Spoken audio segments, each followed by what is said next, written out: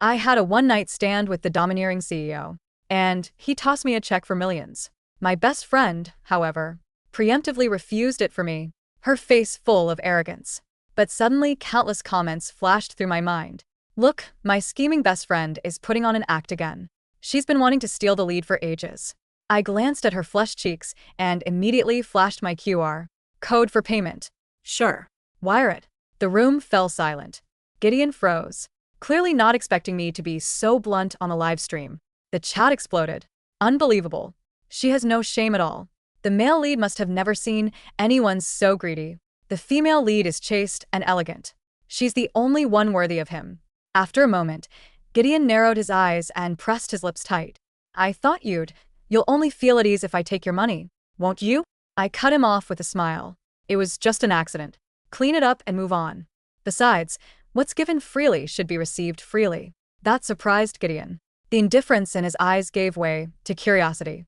I knew you were at Kingsbury University, but I didn't expect you to be the type to quote scripture. Lena chimed in. Mr. Hart, you may be rich, but that doesn't give you the right to dig into our backgrounds. That's insulting. Insulting. I let out a cold laugh. In my previous life, I thought taking the money was insulting. Later, I learned that what was really insulting was having no money. I lifted my gaze to Gideon. I grew up in an orphanage. I paid my tuition by transcribing scriptures, so I picked up a little along the way. If you ever need that kind of work, you can reach me. Hearing this, Gideon was stunned for a moment. After a beat, he pulled out his phone and said, in that case, let's exchange contacts. After saving my contact, Gideon glanced at me and added, I'll transfer 10 million. You shouldn't have to worry about tuition again. Lena's face hardened. Evelyn, if you think of me as your friend, don't take that money. Why not? I retorted. If we don't share the same values, we don't need to be friends. Lena looked stunned and started to speak, but Gideon silenced her with a cold glance. This is between Evelyn and me. If you're done lecturing, you can see yourself out. Right on cue, a bodyguard stepped forward.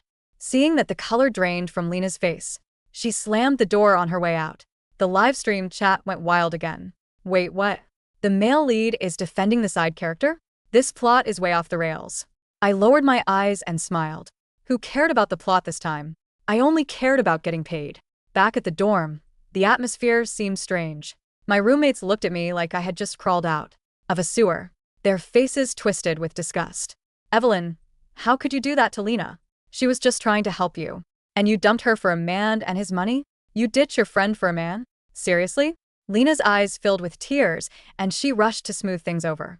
Don't blame Evelyn. She just got swept up by that man. She'll regret it when she thinks it through. The chat flooded again. Lena is so kind. What an angel. Evelyn really thinks she can compete. Watch her get wrecked.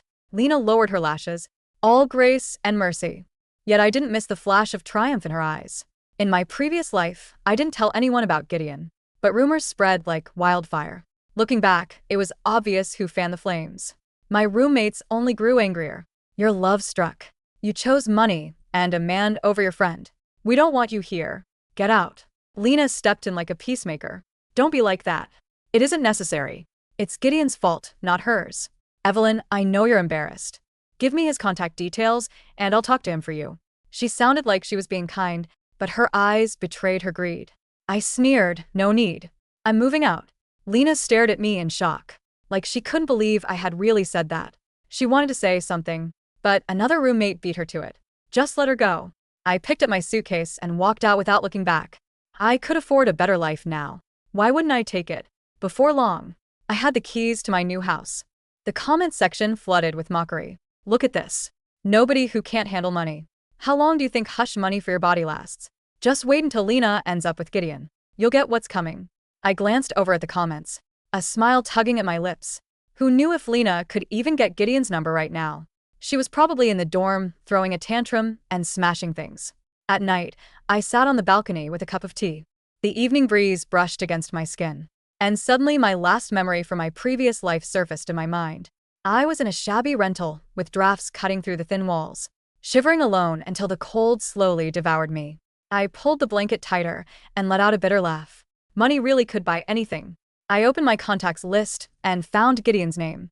I hesitated for a while before I finally typed a short message. After carefully choosing my words and rewriting it twice, I finally hit send. Mr. Hart, do you have a minute to talk? Screen glowed in the dark, but no reply came. I felt neither anxious nor angry. It was just what I had expected. Gideon was the kind of man who kept his distance and never rushed to respond. I put my phone away and went to sleep. What I didn't know was that while I slept, an anonymous post was rapidly spreading on Kingsborough University's forum. The title, with its suggestive wording, was clickbait, and the photos were just ambiguous enough to stir attention. The post quickly made its way to the trending list. The next morning, the ringing of my phone jolted me awake. My professor, Felicity Eldridge, sounded stern over the line. Evelyn, come to campus now. You're going to have to explain this. The moment I stepped into her office, Professor Eldridge nearly poked me in the nose with her finger. Evelyn, do you have no shame? You're a student. You should be studying, but this is what you choose to do. Disgraceful. I blinked, my mind going blank. I don't understand. What are you talking about? Drop the act. He slammed a palm on the desk. Her face flushed with fury. Just then, Lena spoke up softly. Evelyn, just admit it. Otherwise, Professor Eldridge can't cover for you. I turned my head toward her. What did you tell her? Her eyes welled up at once. I'm saying this as your friend. Don't blame Professor Eldridge for being upset. He's only looking out for you. Professor Eldridge snorted. Save it, Evelyn. You had a one-night stand, and yet you don't have the nerve to admit it. You think we don't know? The photos are everywhere. My chest tightened. That's not true. You're still denying it. Fine. Let's see you talk your way out of this. Professor Eldridge shoved her phone at me. The screen displayed the anonymous post, with a blurry screenshot of surveillance footage of a man carrying me into a hotel room. I drew in a sharp breath as a chill ran through my veins.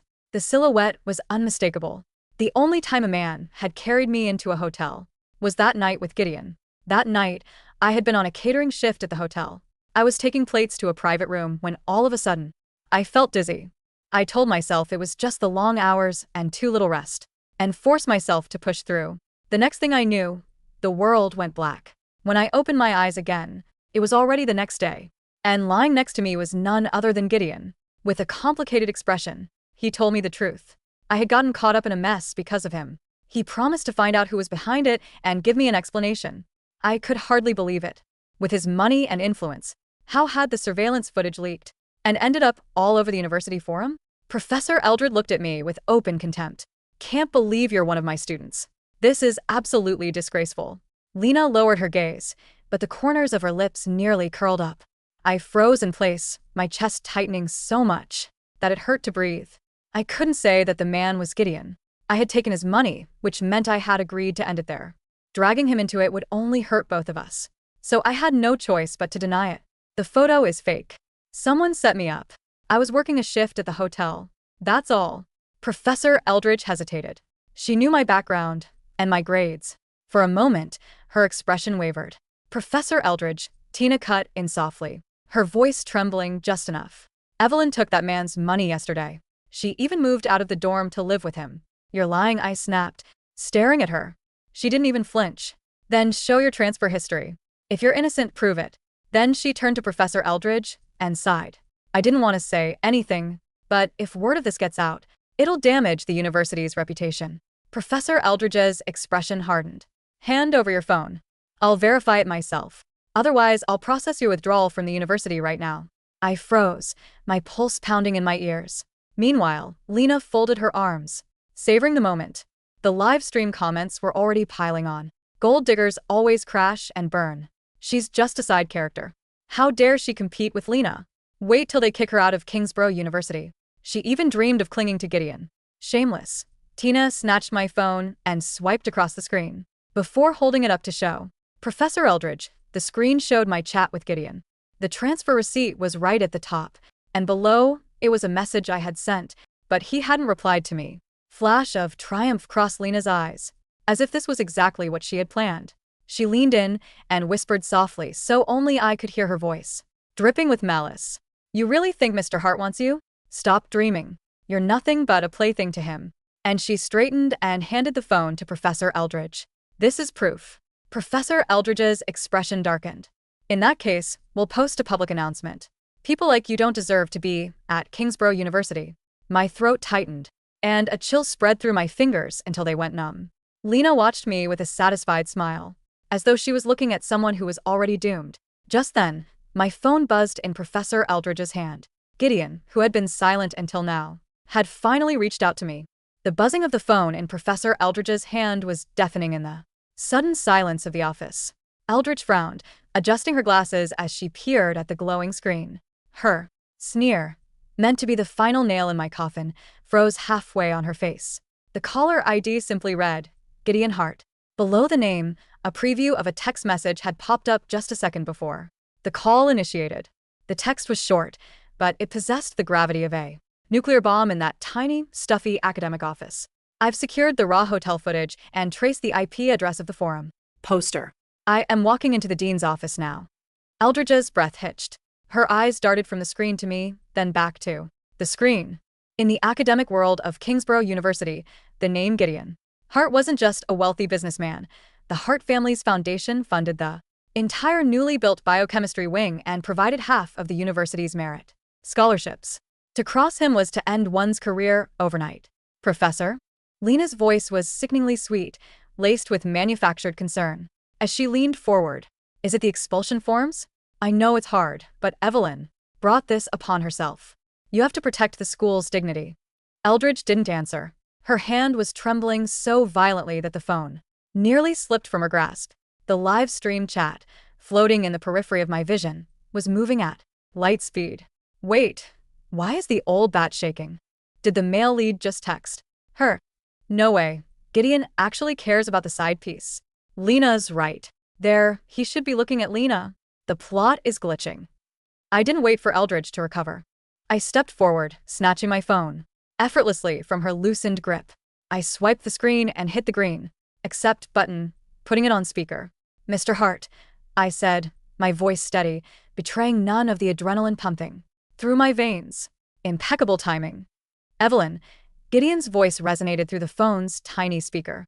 It was a rich, baritone sound, stripped of any warmth but carrying an undeniable weight of absolute authority. Where are you? Professor Eldridge's office, I replied, leaning against the edge of the mahogany desk, crossing my arms. She was just in the middle of processing my expulsion. Apparently, taking 10 million from you makes me a disgrace to the university. There was a half-second of silence on the line. When Gideon spoke next, the temperature in the room seemed to drop 10 degrees. Put Professor Eldridge on. Eldridge flinched as if struck. She swallowed hard, leaning toward the phone. And Mr. Hart? This is Felicity Eldridge. I assure you there's a misunderstanding. We were merely a misunderstanding. Gideon interrupted, the calmness of his tone far more terrifying than a shout. Are you in the habit of expelling students based on anonymous, heavily doctored forum posts, Professor? Or is your standard of evidence always this pathetic? Eldridge's face flushed a deep, mottled purple, but she didn't dare raise her voice. Sir, the photos, the morality clause in the student handbook. The morality clause won't save your pension when my legal team dismantles your department, Gideon stated flatly. Do not let Evelyn leave that office. I am coming up with the dean. Click. The line went dead. For a long moment, the only sound in the room was the faint hum of the air conditioner. I tucked my phone into my pocket and gave Eldridge a polite, utterly hollow smile. Should I sit down, Professor? Or would you prefer to process that withdrawal paperwork before the man who funds your paycheck walks through the door? Evelyn, what is this? Lena demanded, dropping the angelic facade for just a fraction of a second. Her voice was shrill, her eyes darting nervously toward the hallway. You saved someone else's number under Gideon's name, didn't you? You hired an actor. I let out a dry laugh. An actor? Do you really think I'd waste my money on an actor to impress people I don't even like? Lena gritted her teeth, her carefully manicured nails digging into her palms. She turned to Eldridge. Professor, she's lying. You know her background. She grew up in an orphanage. How could she possibly have Gideon Hart on speed dial? She's bluffing to buy time. Eldridge looked like a cornered animal, torn between her disdain for a penniless orphan and her very real terror of the Hart Empire. But before she could make a decision, the heavy oak door of the office swung open. The dean of Kingsborough University, a usually imposing man in his 60s, practically scurried into the room, mopping sweat from his forehead with a handkerchief. And right behind him was Gideon. He wore a bespoke charcoal suit that fit his broad shoulders perfectly. radiating an aura of calculated ruthlessness. His sharp, dark eyes swept the room, entirely ignoring Eldridge and the dean, skipping right over Lena and landing squarely on me. "I told you I would give you an explanation," Gideon said, walking toward me. I "Don't leave loose ends." Holy shit. He came for her. He actually came. Look at Lena's face. She Looks like she swallowed a lemon. This isn't how the novel goes. Evelyn is supposed to jump off a bridge in Chapter 10. I ignored the glowing text of the chat. "You work fast, Mr. Hart. I appreciate the efficiency." Gideon gave a faint, almost imperceptible nod before turning his attention to the rest of the room. The air grew stiflingly heavy. "Mr. Hart," the dean stammered, wringing his hands. "We had no idea this situation involved you personally. If we had known, we would have handled the internal investigation much more discreetly." "There will be no internal investigation," Gideon cut in. He gestured with two fingers, and his assistant, a sharp-looking man in glasses who had quietly stepped into the room, handed the dean an iPad. "Press play." The dean fumbled with the tablet. The screen displayed crisp, high-definition security footage from the hotel kitchen hallway, the raw feed untouched. It showed me carrying a tray of champagne glasses, swaying slightly, rubbing my temples. But then the footage cut to 10 minutes prior.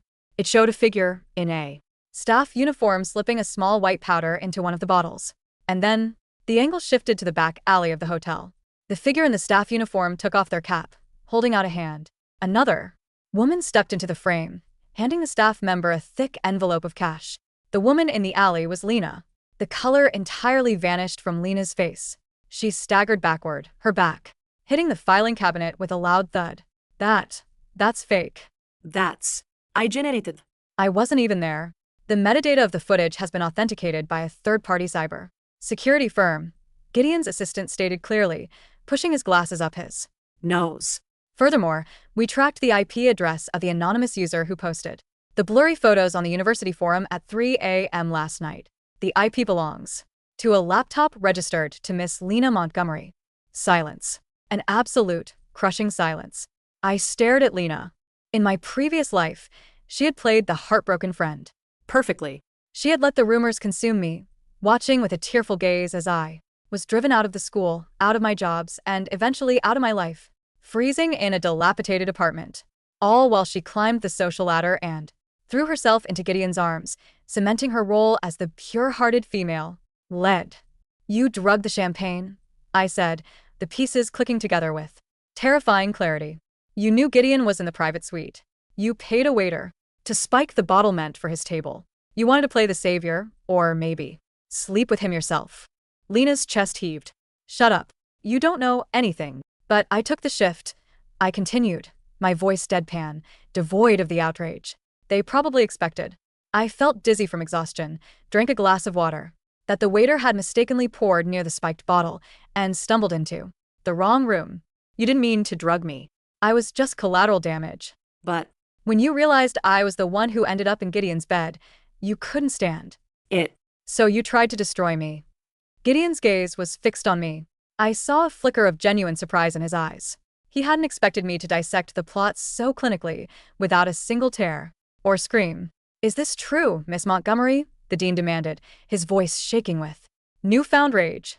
"You orchestrated a drugging on a VIP guest and framed your roommate." No. "She's lying. Evelyn is a gold digger. She took his money," Lena shrieked, pointing a trembling finger at me. "She took 10 million from him. Look at her phone. It's prostitution. I gave her that money as compensation for my security team's failure to prevent the incident," Gideon said, his voice slicing through Lena's hysterics like a Blade. "She was an innocent victim in a targeted attack. The money was a settlement, fully documented by my legal department. Or do you take issue with how I spend my own funds, Miss Montgomery?" Lena choked on her words. She looked around the room, at the furious dean, the terrified Professor Eldridge, and finally at me, standing calmly, untouched by the fire she had tried to set. "The chat is imploding." "Wait, Lena is the villain? My whole worldview is shattered. The female lead is a criminal? Evelyn is so cool, oh my god. She didn't even cry. Boss Evelyn. Step on her." "Dean," Gideon said, adjusting his cuffs. "I expect Miss Montgomery to be expelled immediately and handed over to the police for the distribution of a controlled substance. As for Professor Eldridge, he finally turned his gaze to the trembling woman. I suggest you begin packing your office. The Hart Foundation's grants to this university are now contingent on a complete overhaul of your faculty ethics board. Mr. Hart, please. Eldridge gasped, her knees giving out as she slumped against her desk. I was misled. I didn't know. You didn't care to know, I interrupted softly. You saw an orphan with no backing, and you chose the easiest target to bully. Enjoy your retirement, Professor. I picked up my bag from the chair, hoisting it onto my shoulder. I didn't spare Lena another glance as she began to sob uncontrollably, begging the dean for a second chance. Her female lead halo had shattered, crushed under the weight of sheer unyielding power and cold, hard facts. I walked out of the office. The air in the hallway was cool and fresh. For the first time since waking up in this second life, the suffocating weight in my chest vanished. The plot was Dead. I had severed the strings. Footsteps echoed behind me, slow and measured. I didn't have to turn around to Know who it was. You handled that with remarkable detachment, Gideon remarked, falling into step beside me as we exited the administration building. The afternoon sun cast long shadows across the campus courtyard. Crying wouldn't have gotten my degree back, I said, squinting against the sunlight.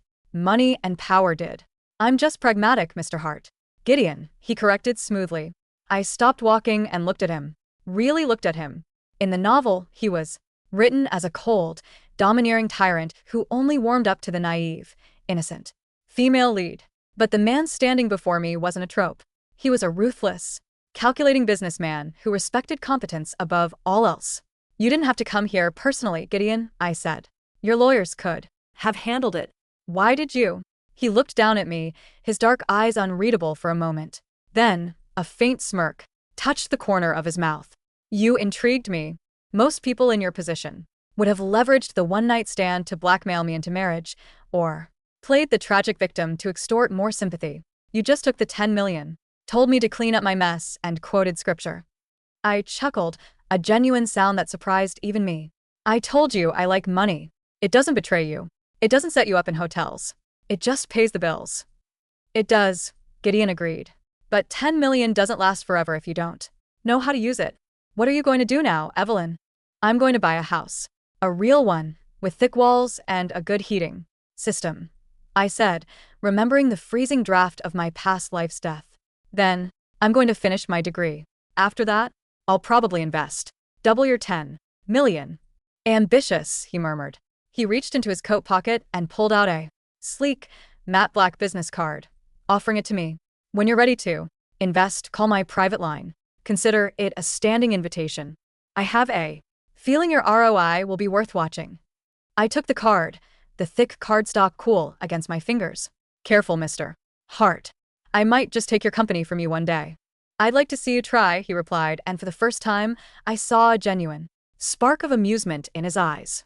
He turned and walked toward the sleek black Maybach waiting at the curb. I stood there, watching him leave, the card heavy in my hand. The live stream chat flashed one last time. Plot deviation at 100%. Rerouting. Narrative. Rerouting failed. System disconnecting. The glowing translucent text fizzled out, scattering like dust in the wind. Before disappearing entirely, my mind went blessedly, beautifully quiet. I was alone. I was rich. And I was finally the author of my own life. 3 years passed. The Kingsborough University scandal became a brief, explosive footnote in the local news before fading away. Lena Montgomery was convicted of attempted drugging and conspiracy. Her wealthy family tried to bail her out, but facing the full, terrifying pressure of the Hart Corporation's legal team, her father publicly disowned her to save his company. She was sentenced to 2 years in a minimum security facility. Professor Eldridge was unceremoniously fired, her reputation in the academic community destroyed. Last I heard, she was tutoring middle schoolers in a sleepy suburb, bitter and forgotten. As for me, I didn't look back. I moved into a beautiful penthouse in the city center. It had floor-to-ceiling windows, radiant floor heating that I kept on even in the autumn, and a security system that made me feel untouchable. But I didn't let the luxury make me soft. I knew what it was like to freeze. I knew what it was like to starve. The 10 million was my armor, and I was going to forge it into a fortress. During my final 2 years of university, while my peers were partying or stressing over entry-level internships, I quietly entered the venture capital market. I used my knowledge of the plot, which, although broken, still retained basic economic trajectories of this world, to aggressively short a major tech conglomerate that I knew was hiding massive debt, and reinvested the massive payout into a struggling logistics startup that I knew would boom. By the time I walked across the stage to receive my diploma, my net worth had eclipsed 50 million. I wasn't just a student who got lucky. I was a ghost in the financial sector, operating under an LLC named Aegis Capital. And through it all, Gideon Hart kept his distance, yet remained an ever-present shadow. We didn't date. We didn't exchange sweet nothings. We played a high-stakes game of financial chess. I would outbid one of his subsidiary companies on a minor commercial property. He would send me a bottle of vintage wine the next day with a note reading, "Cute." I would engineer a buyout of a supply chain he needed, and he would call me at 2 a.m. just to ask if I was enjoying the view from my ivory tower. It was a dance of power, and I thrived in it. "Miss Evelyn?" I blinked, pulling myself out of my thoughts. I was sitting in the plush leather seat of my own town car, reviewing quarterly reports on my iPad. My assistant, a sharp young woman named Clara, was looking at me from the front seat. "Yes, Clara? We've arrived at the venue," she said. "The Azure Gala. The press is already swarming the red carpet." I looked out the tinted window. The grand steps of the Metropolitan Museum were bathed in camera flashes. The Azure Gala was the premier charity event of the year, a gathering of the city's absolute elite. Tonight, I wasn't attending as someone's plus one. I was attending as the CEO of Aegis Capital. "Perfect," I murmured. I checked my reflection in the compact mirror. I wore a tailored emerald green gown that cost more than my entire life's earnings in my previous timeline. My hair was swept back, my makeup sharp and uncompromising. I didn't look like a side character anymore. "Ready the security detail," I told the driver. I stepped out of the car. The evening air was crisp. The moment my heels hit the pavement, the camera flashes erupted like a storm. Reporters shouted questions, trying to get the attention of the elusive head of Aegis Capital. I ignored them, keeping my expression neutral, my posture impeccably straight. As I reached the top of the stairs, the crowd parted slightly. Standing near the entrance, flanked by his executives, was Gideon. 3 years hadn't changed him much, except perhaps the lines of his jaw were sharper, his aura even more commanding. He was in a classic black tuxedo, looking like a king observing his court. Our eyes met across the red carpet. The noise of the cameras seemed to dull. He excused himself from his group and walked toward me. The murmurs of the crowd intensified. Gideon Hart rarely approached anyone. People came to him. "Green is your color," he said smoothly as he stopped in front of me. "And black is yours," I replied, matching his tone. "Though I suppose the color of a monopoly is usually darker." Gideon's lips twitched. "You're still upset about the waterfront acquisition last week." "I'm not upset. I merely find your aggressive bidding strategy pedestrian." I shot back, though a small smile betrayed me. He chuckled, a low rumble in his chest, and offered his arm. "Walk in with me? Or will it hurt Aegis Capital's independent image?" "I think my image can survive being seen with a runner-up," I said, slipping my hand through the crook of his arm. We walked into the gala together. The grand hall was dazzling, dripping in crystal chandeliers and overflowing with champagne towers. The elite of the city watched us with undisguised curiosity. The ruthless CEO of Hart Industries and the phantom rising star of Aegis Capital. "Drink?" Gideon asked as a waiter walked by. "Water," I said, feeling a sudden, phantom chill from the past. "I never drink champagne at public events." "You know why?"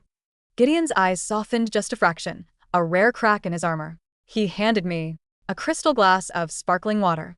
"You're safe here, Evelyn. I own the security firm managing this event."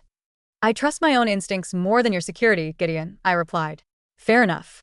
We stood by one of the high-top tables, casually discussing the shifting market trends in Southeast Asia. It felt effortless. With Gideon, I didn't have to pretend to be soft, or demure, or naive. I could be exactly who I was, a woman, forged in fire, driven by survival and ambition.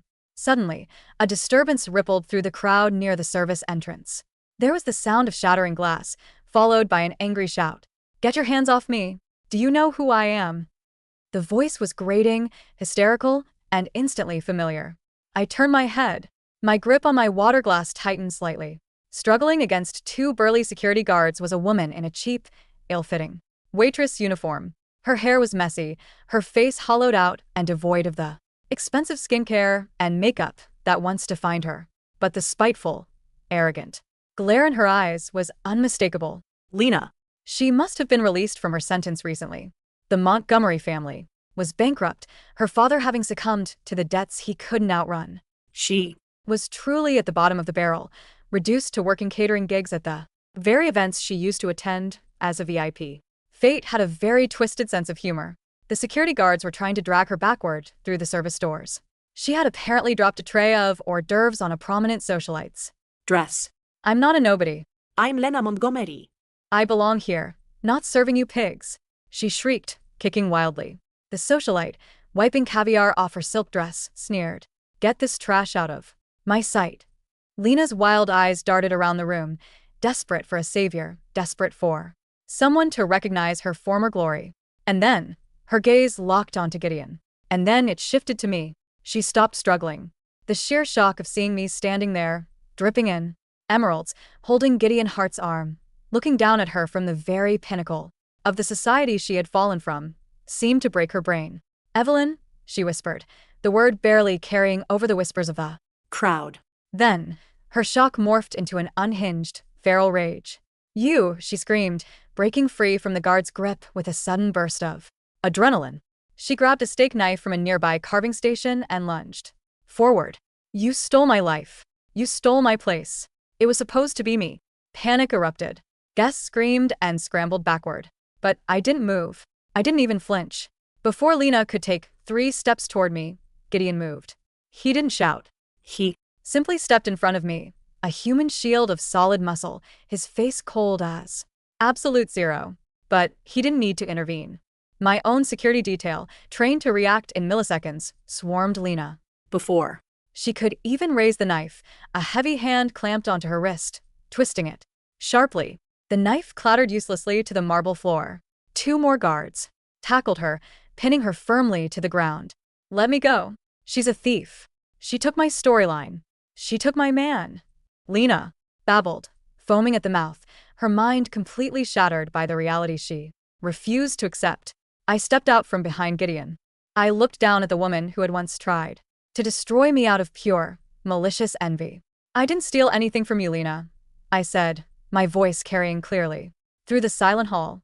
You handed it to me on a silver platter because you were too busy digging a grave for someone else. You just forgot to check who would fall in. Lena stared up at me, tears streaming down her dirty face, her lips trembling. For a second, I thought I saw a flicker of the old system chat, a ghostly female lead defeated, hovering above her head. But it vanished as quickly as it appeared. There was no system. There was only the consequence of her own actions. Get her out of here, Gideon ordered the guards, his voice like ice. Call the police. Tell the precinct captain I want charges pressed for attempted assault with a deadly weapon. She won't see the outside of a cell for a decade. Yes, Mr. Hart.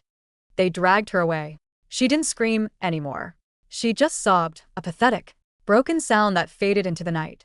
The hall remained tense for a moment before the event organizer rushed to the microphone, apologizing profusely and urging the orchestra to play. Slowly the guests went back to their conversations, though their eyes kept darting toward me. Gideon turned to me, his hands resting on my shoulders. His dark eyes searched my face for any sign of panic. Are you all right? I looked at him, the domineering CEO, the man who tossed me a check for $10 million 3 years ago, expecting me to vanish.